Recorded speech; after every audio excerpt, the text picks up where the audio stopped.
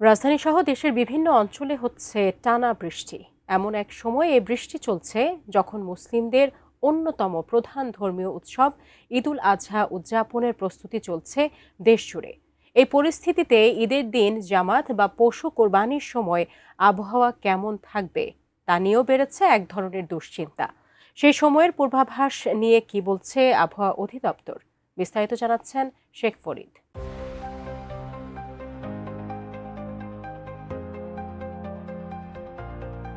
চলতি মাসের শেষ দিকে পবিত্র ঈদুল আজহা ঘিরে দেশ জুড়ে প্রস্তুতি শুরু হলেও আবহাওয়া নিয়ে বাড়ছে উদ্বেগ। কারণ আবহাওয়া অধিদপ্তর জানিয়েছে, মে মাসের দ্বিতীয়ার্ধে বঙ্গোপসাগরে লঘুচাপ সৃষ্টি হয়ে তা ঘূর্ণিঝড়ে রূপ নিতে পারে। একই সঙ্গে সারা দেশে তীব্র কালবৈশাখী, বজ্রঝড় ও তাপপ্রবাহের আশঙ্কাও রয়েছে।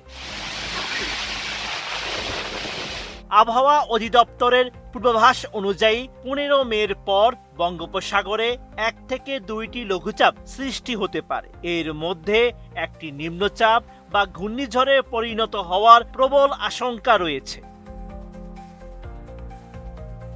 মে মাস জুড়ে কালবৈশাখী ও বজ্রঝড়ের আশঙ্কা নিয়ে আবহাওয়া অধিদপ্তর জানিয়েছে, মে মাসে দেশের বিভিন্ন অঞ্চলে সর্বোচ্চ 8 দিন কালবৈশাখী ও বজ্রঝড় হতে পারে। এর মধ্যে 2 থেকে 3 দিন তীব্র কালবৈশাখীর আশঙ্কা রয়েছে। কোথাও কোথাও শিলাবৃষ্টি হওয়ার শঙ্কাও রয়েছে।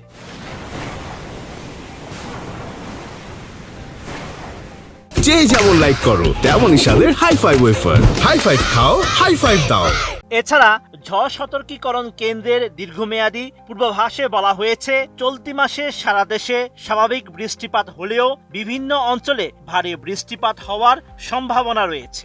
এর মধ্যে সবচেয়ে বেশি বৃষ্টিপাত হওয়ার সম্ভাবনা রয়েছে সিলেট বিভাগে। সেখানে 520 থেকে 540 মিলিমিটার পর্যন্ত বৃষ্টি হওয়ার সম্ভাবনা রয়েছে।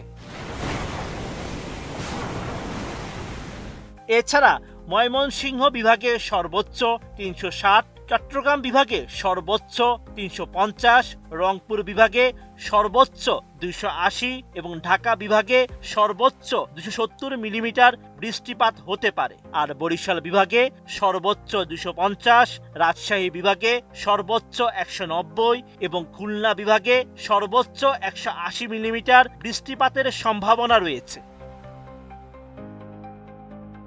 এই মাসে দিন ও রাতের তাপমাত্রা মোটামুটি স্বাভাবিক থাকতে পারে, তবে দেশের বিভিন্ন অঞ্চলে 1 থেকে 3টি মৃদু থেকে মাঝারি তাপপ্রবাহ বয়ে যেতে পারে। এর মধ্যে একটি তীব্র তাপপ্রবাহে রূপ নিতে পারে। ওই সময় তাপমাত্রা 40 থেকে 41.9 ডিগ্রি সেলসিয়াস পর্যন্ত উঠতে পারে।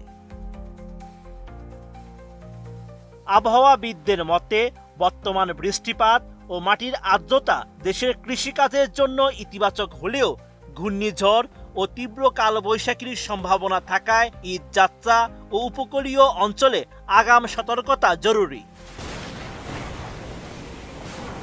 Sheikh Farid, ATN news.